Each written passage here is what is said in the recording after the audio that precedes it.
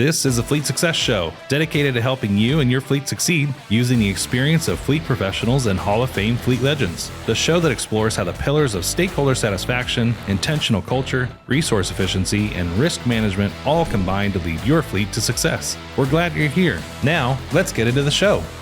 Hey everyone, and welcome back to another episode of the Fleet Success Show. I am Marc Canton, your host, and I'm joined by my good friends Facundo and Nathan. Welcome back, guys. How are you both? Good. Thanks for having me. Good. Thanks. All right. For those that don't know, I'm Marc Canton. I'm the head of fleet. I wish I was the head of fleet here at RTA Fleet. Head of fleet management. I'm the head of product and consulting. I've been in the industry about 30 years. I ran fleet and transportation in New York City at Fordham University for many years, and I went on to be a consultant. And most of my career has been really zoned in on fleet management analytics and vehicle costing. I've had the good opportunity to do some expert witness work and all that kind of jazz as well, which is fun and exhausting and exhilarating all at the same time. So with that, I have a couple of really seasoned veteran fleet professionals who work with me here at RTA. Facundo is a multi-time award winner.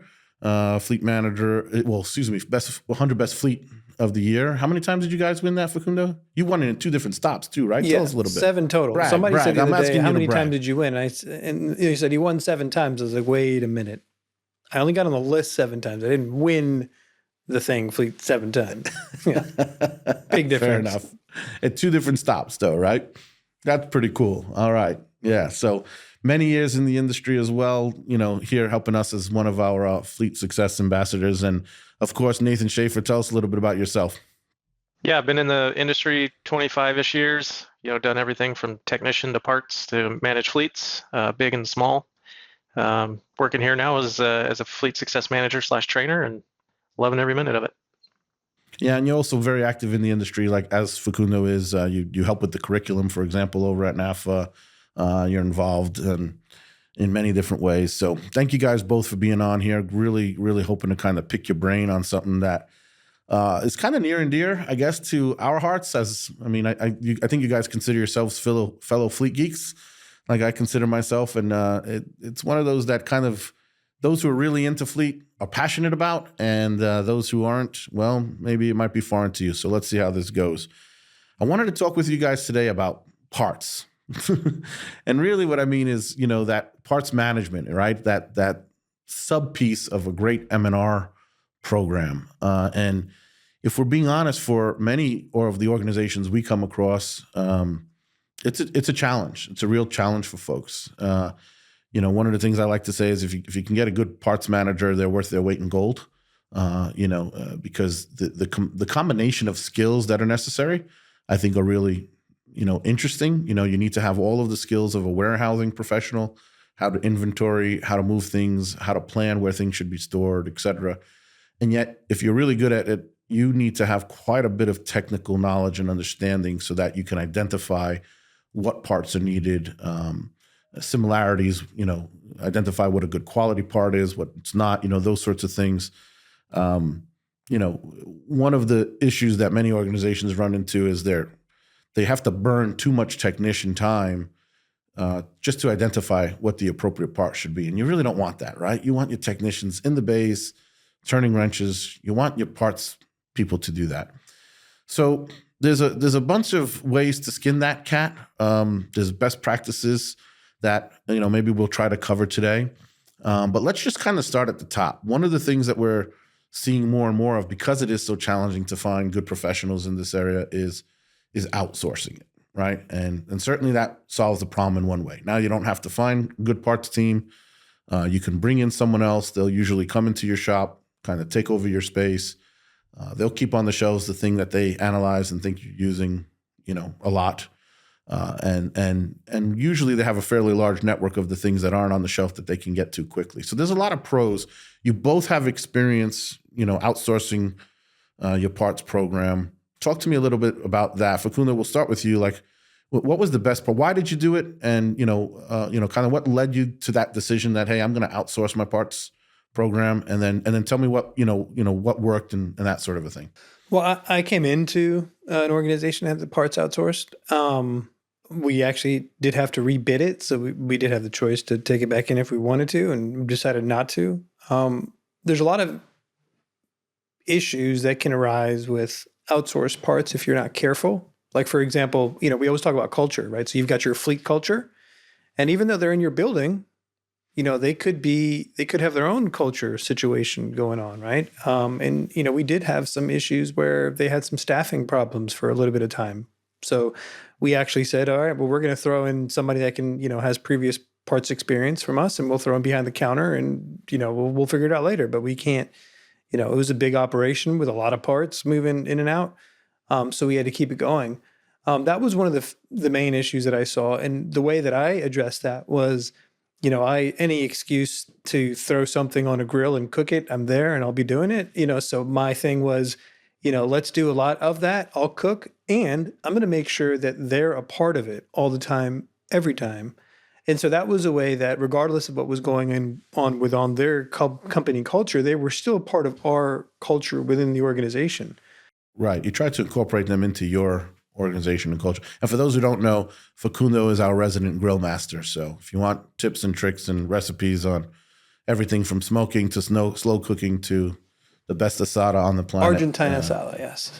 Hit him up. Go ahead, Facundo. Sorry. Yeah, no. So that was one of the things that for us was super important to do at the beginning. That it could have gone south, right? Had we be like, oh no, you're on your own little island, you're not included, whatever, right? That would have been terrible. We talked about this recently, where your parts vendors in general, even if they're not, if you're traditionally calling them up, they're bringing you parts. They offer a lot of training.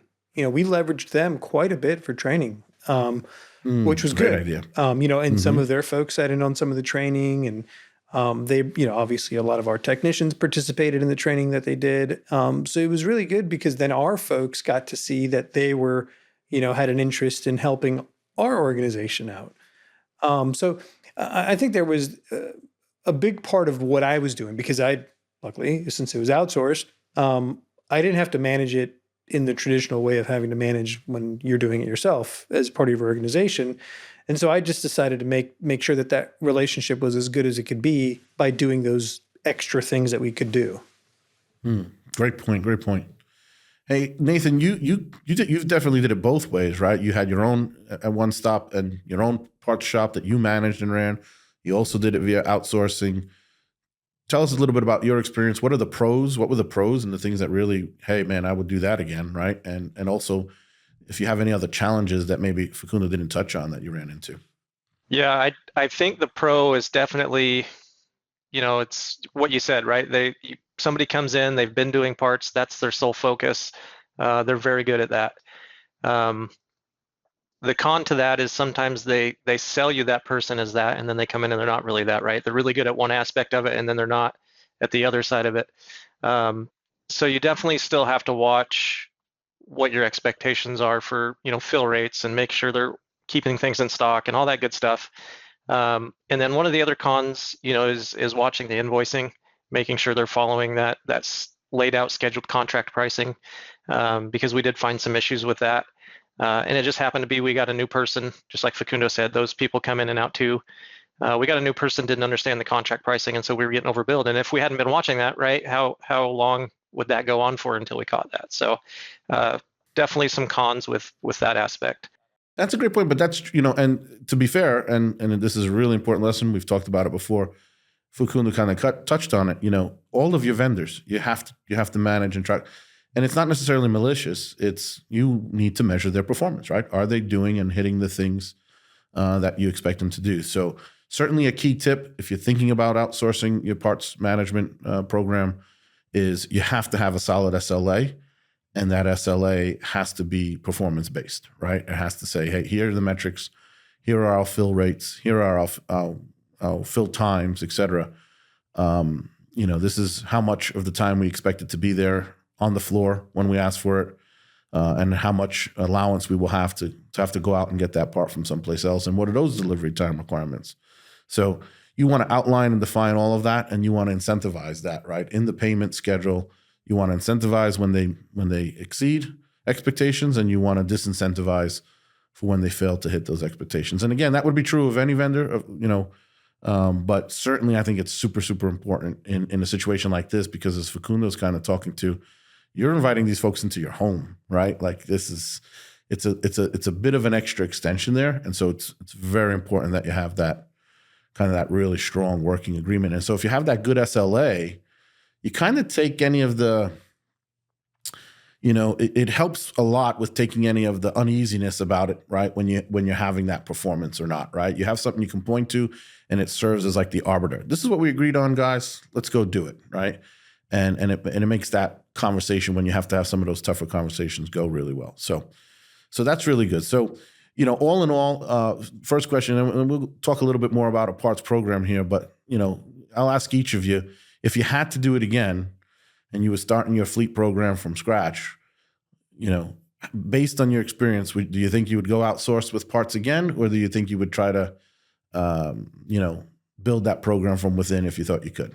What would be your preference? Depend on the size of the fleet. Okay. A smaller fleet, I would probably obviously do it myself. But with a larger fleet, you have to carry so many parts that it gets really hard. And the amount of inventory you have to carry is massive. So I think if I was managing a large fleet, I would want to privatize or outsource. You would lean towards privatize. Okay. Outsource. Right. Nathan, what are your thoughts? You agree? You disagree? It's okay. We can disagree here sometimes too. So yeah, no, what are your thoughts? I'm going to start off saying the same thing Facundo did, and it's going to be kind of dependent on, fleet size does make a difference. For me, it's, can I put together the right team to manage parts the correct way? Because I see a lot of organizations where they run into trouble with parts is the parts person's wearing way too many hats. So they're not just doing parts. So then parts falls, to the wayside. So if a fleet organization is staffed appropriately and structured correctly, right, having the right people in the right places, I think managing parts on your own is very doable. Okay. So let's talk about that. That's perfect. That, what does that look like, right? So I had mentioned at the top that the combination of skills to find a really good parts person is really pretty rare these days, right? I mean, we're having a hard time finding techs.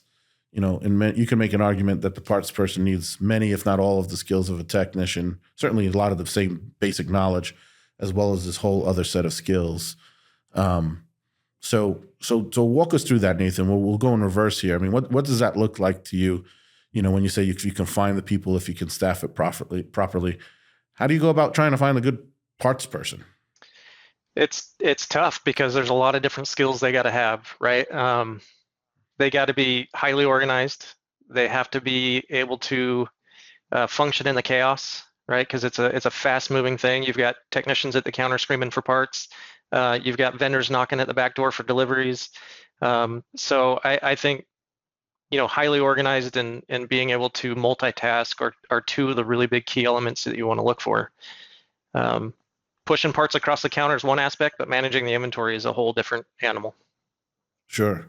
Did you have much success in your time able to find folks, or I had I can't recall if it was Scott or Steve who mentioned that one of the best ways they kind of found parts people was essentially by developing them from within. They took a tech that seemed to have a knack for it, who maybe was looking to get off their back, so to speak, right? And essentially tried to get them training on how to do parts. I don't know. What do you guys think about there? Is that a tactic you might deploy or a strategy you might deploy? I'm still kind of thinking about your last question, which was, some of the important things, some of the skills that these folks need. And to me, absolutely, it's communication, asking the right questions, right? So I remember when I was still at my dad's shop, I remember calling, I think it was like I don't remember the local parts. I think it was like called Fairfax Auto Parts or something like that. So I called. I was like, hey, I got this 93 Honda Accord, blah, blah, blah. I need a clutch. And he's like, okay, 93 Honda Accord, clutch, automatic or manual? And I was like, wait a second, I need a clutch. I'm looking for a clutch. So, so it's, I don't know if it was communication or he was just doing the wrong, he was just in a complete wrong profession. But, there's obviously those guys got to, they got to communicate very well. And they have to know how to ask the right questions. And I don't know if there's like this, universal like thing for asking questions when you're a parts person, because it's always your make, model, VIN number, whatever it might be. But that to me I found was, and there was a couple guys in this same location that were top notch, right? Like they would ask all the right questions. They knew what you were looking for, even if they didn't know what you were looking for. And you're like, look, I have no idea what this part is that my technician just handed me off this, whatever this vehicle is. Let me describe it to you. It came from right around this area, it was hanging in here, and this is what it looks like. This is the color, whatever. So I just think that that's such a massive skill that they need.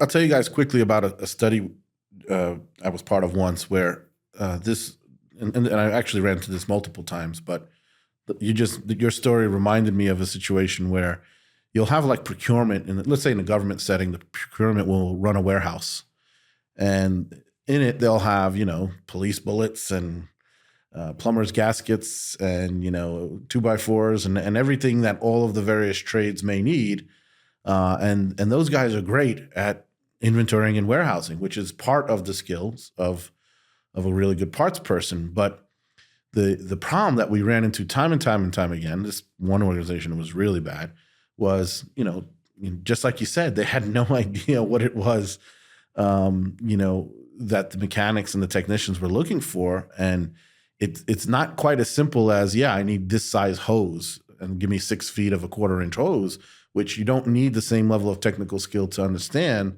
where, hey, I need a brake kit for, a Ford, a Crown Vic at the time, and, not understand, oh, no, we don't have any in stock. Meanwhile, they had several, but it was under a Mercury, for those of you who are old enough to remember Mercury, right?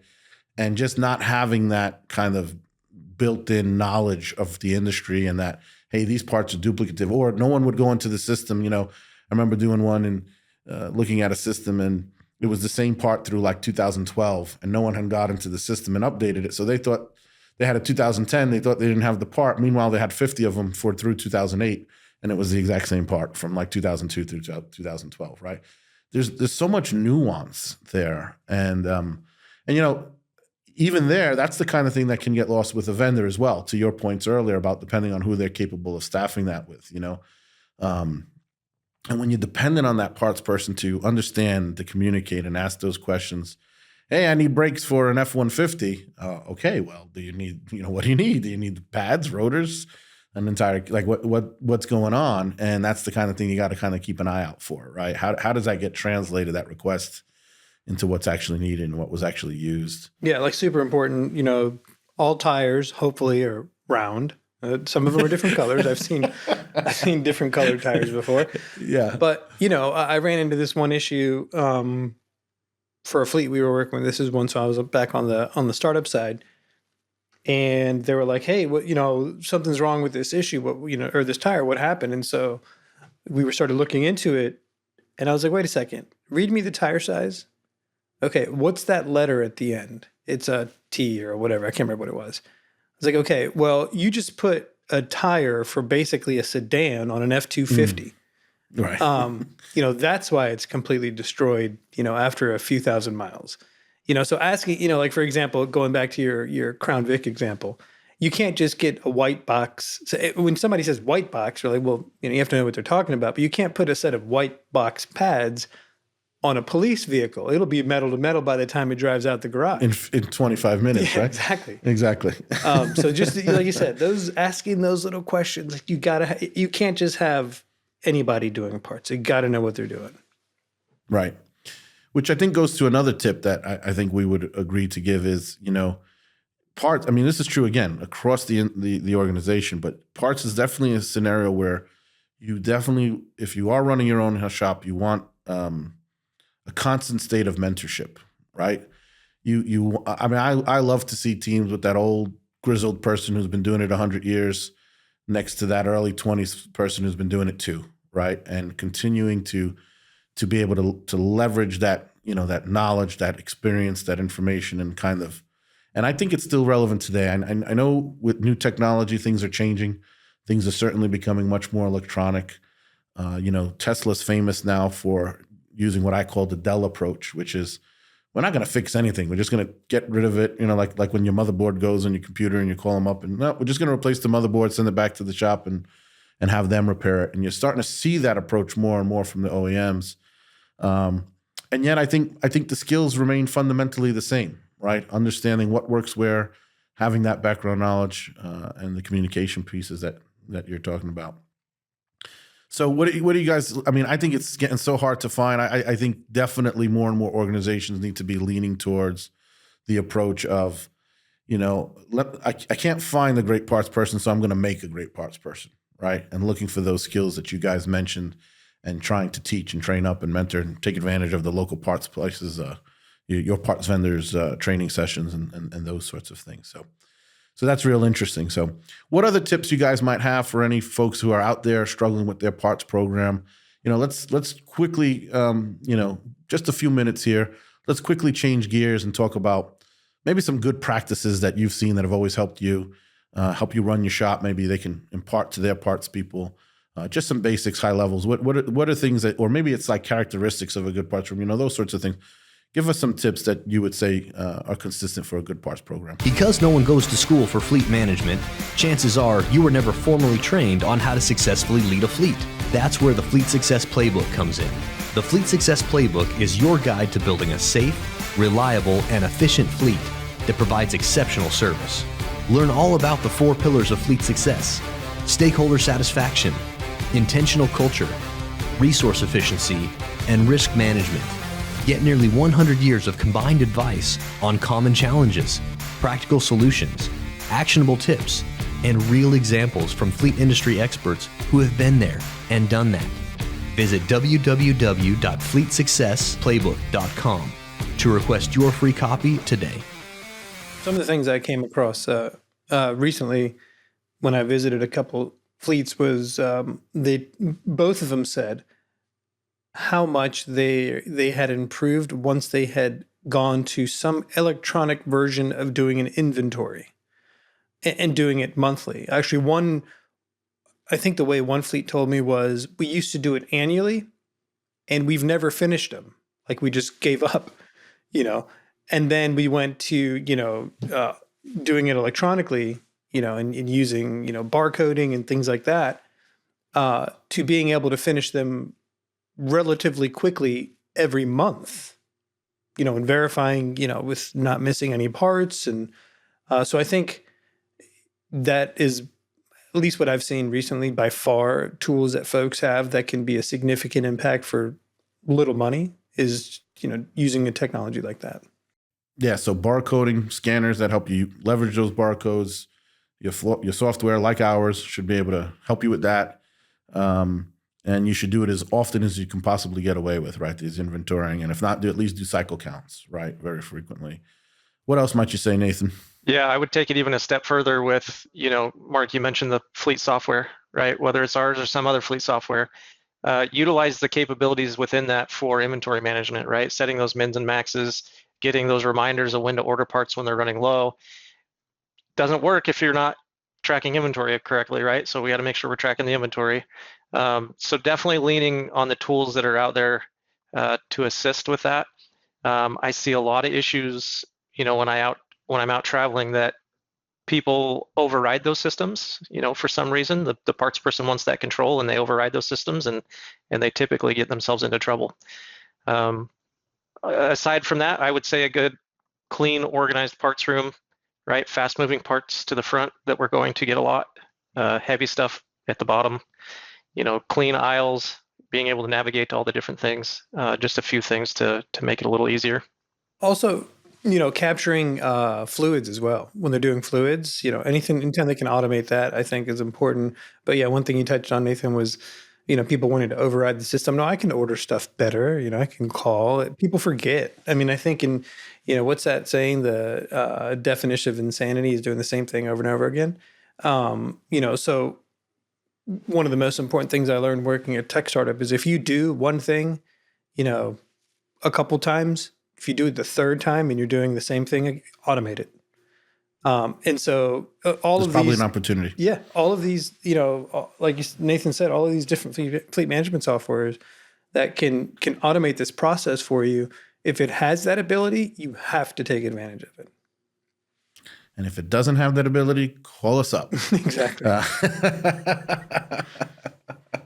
But yeah, I think that's super key. The notifications on low quantity. I mean, and you can even auto order, if you want, but kind of being mindful of that and having the system help you, because as you said earlier, there's so much going on at once, right? So why not let the system help you a little bit? That to me is kind of a no-brainer. What are some of the things that maybe go overlooked that you think are helpful? I'll give you one that no one seems to ever care about with me, but I know Tony Yankovic, who you guys know, he's very passionate about getting rid of those obsolete parts. They're taking up space. They're taking up, and usually you can sell them back to the vendor. They'll give you something, money. I like to look into what I call insurance parts. Anyone who lived through COVID, which if you're here, you probably did, understands this concept of, hey, this may not be a fast turning part. I may only need one on the shelf, but when I need it, I need it. And I really can't wait for it. And it's the kind of thing that might take a really long time to come. Maybe it's like a really specific hydraulic arm or something for your fire truck or whatever it may be. I feel like a lot of fleets kind of miss this concept of a what I would call an insurance part. And then they got these down trucks, that just sit there for months and months and months. Any tips around that? Like, how do you identify, hey, this is a good candidate for that? Or are there any other things that you kind of think go missed that, people don't talk about for a good parts program? Making sure that you have a set standard of parts you're getting, right? I mentioned white box, right? Don't always go for the cheapest thing, right? But one time, I think it was like a Ford F450 or something like that. We were getting a water pump from somewhere. I don't remember what it was. And all of the water pumps that we installed had some issue. And so we had to, eventually had to replace them. And I think it was because we tried to save a couple pennies because, somebody tried to, some vendor came in and they're like, oh, that sounds good. And, spoke so highly of these parts and that hurt us. So I think setting what those standards were, of course, fire safety, PD, all those things. Absolutely right. The right kind of tires, certain policies around you can't fix the tires. But making sure that you have those standards that can obviously can support the right application. So, we always talk about vehicles for the right applications. What about parts for the right applications? Yeah, that's a good point. That's a good point. Where do you need to go OEM? Where there's something else that aftermarket's fine, but even within that aftermarket, where can I not just go with the cheapest option, right? Having an understanding of that, I think is also very powerful. That's a great point. Yeah, and I'll even add another one that doesn't get talked about, and this is we order the part, we charge it to an asset, but we stick it in the parts room. So it's not actually in our inventory, but we have it sitting back there physically, right? I've had issues with this in past stops. I've seen this in other instances, but you lose visibility of that stuff, and then you end up buying stuff again, right? And so then we have all this lost money, and it goes back to what you said about Tony, right? We got parts sitting back here, and we had no idea we had them, and they've been sitting here for years, and now I can't return it because it's worthless. And so it's money wasted. I got a tricky one for you. So when you have your solid waste department come in and say, hey, we do the quick fixes, we do the pre-trips, and then we're going to install these light bulbs and wiper blades. And so we're going to come and we're going to pick up all of these lights and wiper blades and these little quick fix things. And then you come to find out that all of a sudden all these vehicles are showing up at your fleet, these solid waste trucks, because they're not doing these quick fix repairs. And you're like, wait a second, I thought you picked up the light bulbs. And so it's when you're doing little things like that to help, your colleagues out, and maybe you think it's going to help you out. There's a lot of loosey-goosey things going on there, right? They're not tracking those things. You're losing inventory. What did it go on? You have to have, if you're going to do a system like that, you got to be really tight. I did it. I wasn't really tight, and it bit me too. Yeah. I'd encourage you not to do it, man. Like, don't put things on assets that aren't actually on assets. And when you put things out there, put them on an asset. We do have a parts desk feature, which I think is pretty neat. And I know a couple of other systems might have it where you can issue it. So like to your point, Facundo, in that case, you make sure you issue that part, to that sanitation group. So at the very least, we know who, we have our costs in alignment anyway, right? Even if we don't know exactly where they landed. So I think that's a really good point. The one guys, we all skipped it because for us, I think it's so like 101, so first grade. And yet, I don't know about you, but I still come across a lot of fleets not doing this. Part kits. I mean, like, it's the most straightforward, probably the one thing that you can do to save tons and tons of time for yourself, right? That's kind of obvious. And yet, I don't know why, but many fleets, they don't do it. Especially with PMs, if you're a PM focused, certain kinds of jobs, right? Like brakes and like, it's just sort of a no-brainer. Put your parts together, store them together, put them into groups together, and issue them together, right? And again, any halfway decent system is going to accommodate that. So I have no idea. I don't know if you guys have any insight. I don't know why everyone doesn't do that, but I've never come across a logical reason to not do it. Every time I bring it up, everyone's like, yeah, we all do part kits. And yet the data tells me not everyone's doing part kits. So I don't know. What are your thoughts there? I get a lot of people that say we don't have the time to build them out, right? And I think that goes again to staffing or the parts person's wearing all these hats, and I think that's one of the first things that goes. But yeah, I would agree. I think it's a quick, easy way to save time and money. Yeah, the little bit of time you take to build them out will save you that time many times over during the course of the year, So let your part person come in and build them for you over the weekend. Give them some overtime. I promise you it'll pay for itself. You said part kits, and I thought of two totally different things at the exact same time, and I still haven't recovered. Okay, one of them is one of those parts vending machines. Okay. So you know what? I have no experience with them. I'm curious what you think or what you guys think if you've seen them. And then the other one is like a quick lane and parts kits. Right, like so somebody coming through. Oh, for like PMs. Yeah. So anyway, those were the things that popped in my mind. I haven't been able to get them out, so I'm curious. I want to ask Mark. I'm going to ask you the question now. Have you had any experience, or Nathan? Have you had any experience with those parts vending machines? I've used one. I haven't. Oh, tell us about it, Nathan. So we just put consumables in it, right? So that we could track the consumables, who was taking them, how much they were using. So think like Loctite sticks or gloves. Electrical tape, that kind of stuff. And so it worked really well. It was very well managed by the vendor for a long time. And then we got a different salesperson for that vendor, and it was then very poorly managed. So we ended up getting rid of it. So, right. But that goes back to the earlier part of the topic. Yeah, exactly. But it was awesome because we could track consumables, right? They'd put their little code in. It would tell us what it dispensed. So it was fantastic for tracking. I was even thinking about like parts kits within those things, right? Because if you know that there's a part that you're going to need often, again, once you have to automate these things and you're doing it over and over again, instead of going and asking, Bob, your parts guy, hey, can I get a filter and whatever I need for an oil change and air filter for this, whatever, put it in a parts kit in a machine. To your point, with that, we had a set of lockers next to it that was tied into it. And so we use that for our tool check-in and check-out. But they were, 12 by 12 squares. So you could probably build a parts kit and stick it in there and say, hey, this is parts kit for whatever. I just don't know how you could automate the billing from that to your work order.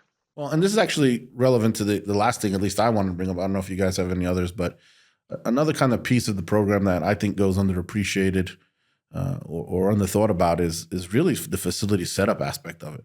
Where is your parts room relative to your bays? Do I got to jump across 4 hoops and through the floor is lava and, that kind of a thing to get to it from my bay? Or is it like an easy, safe walk, or not a walk at all? In a perfect world, your mechanic should never come to your parts window. You should be delivering it there. I know that's tough to achieve for some folks, but that's really what we should all be striving for. But it's a piece that I just feel like is missed, and I've had fleet managers, they got a new facility. They're all excited about it and they're bragging about it. And it's just, we walk in and we're like, oh man, you missed this piece here. You got to go behind the administrative office, behind the fluid room, all the way over here. It just didn't, really make a lot of sense. So that's a big one I miss. And related to that is, what do you allow to be right there in the bay? Some of those consumables maybe, or not, or some of those kits versus what needs to go to the parts room. There's a few others like that. Too many shops out there with just an open, unlocked parts room. That's just begging for trouble.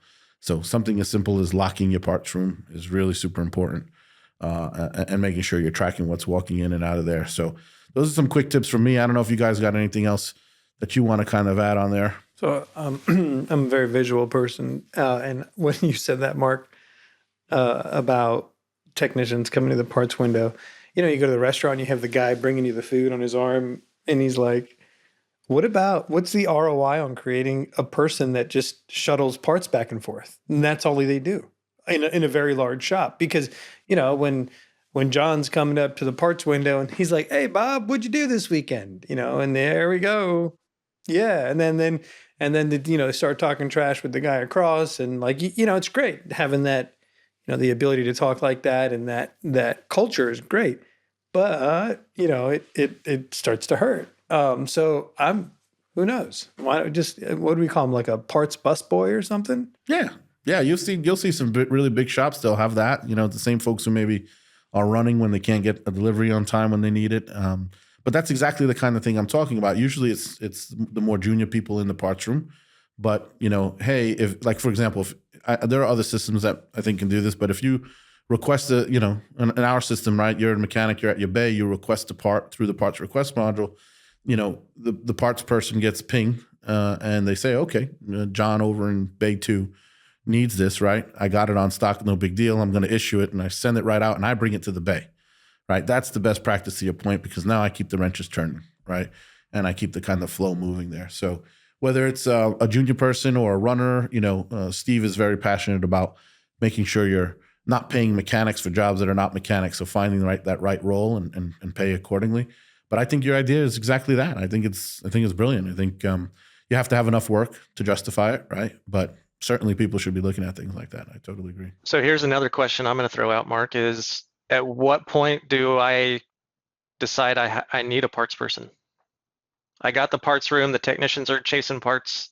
At what point do I make the decision that, okay, we need a parts person full time?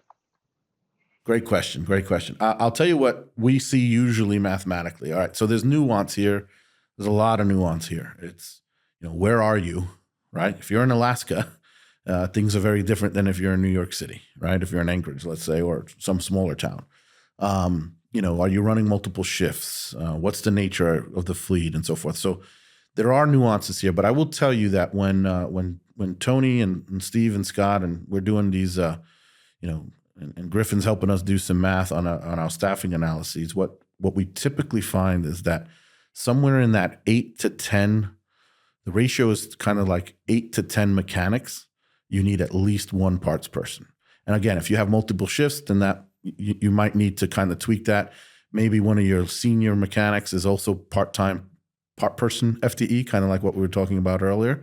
So, but certainly if you have 8 mechanics and you don't have one full-time part FTE, you're probably feeling that. And what I mean by that is if we did a cost allocation breakdown on you or a time study, we would find that your mechanics are putting too much time into looking up and sourcing parts, and they're not getting that optimal ratio of turning wrenches is what we would typically find. When you're in a smaller shop, it gets tough, right? You got 2 mechanics, a lot of fire truck organizations like that, or 4. It can kind of get a little bit challenging because it's, you know, you have a supervisor, you know, you have to figure that out. But generally speaking, you know, by the time you hit 8 mechanics, you're probably gonna need at least one full-time equivalent for a parts person. So at least that's what the math normally shows us, and that usually plays out when we go to implement that really nicely. I don't know what, you know, if you have a different thought based on your experience, Nathan or Facundo, but that's kind of what we see. Well, I'll just say from what I see, right, is I go into shops that probably should have 8 to 10 mechanics, but they have 5, right? So that I think that I just wanted to mention that because I think some shops will be like, well, we'll never have 8 mechanics, right? But they should have a parts person. Yeah, because then that exasperates the fact that they don't have enough mechanics, because now those 5 mechanics are not doing enough. Yeah, that's a great point. So, yeah, you can do time study analysis. That's actually math. We don't have time to get too deep into that today, but if you guys are interested, let us know in the comments and we can pursue that. But, you know, as I just said to our audience at NTEA this week, that's how many mechanics you need is a mathematical equation. It's not politics. It's not really much judgment or anything like that. And it's the kind of thing we could certainly help you calculate. So, all right, guys, with that, I think we're out of time here. I want to thank you so much for your time. It's a pleasure having you on. Hoping to see you soon here in Glendale in a couple of weeks for our Spirit Week. Maybe we can do some more and talk shop a little bit more. To all the fleet geeks out there, thank you for listening. Thank you for watching. And with that, yeah, have a great day. Any questions, any thoughts? Email us at podcast at RTA Fleet. Or check us out on our website, rtafleet.com. Take care, everybody. We hope you enjoyed the show. If you'd like to help support the podcast, please share it with others. Post about it on LinkedIn or leave a review. Want to learn more about our fleet management software, Fleet 360? Check us out at rtafleet.com. If you want to learn more about having your fleet evaluated by our consulting team, go to fleetconsulting.com.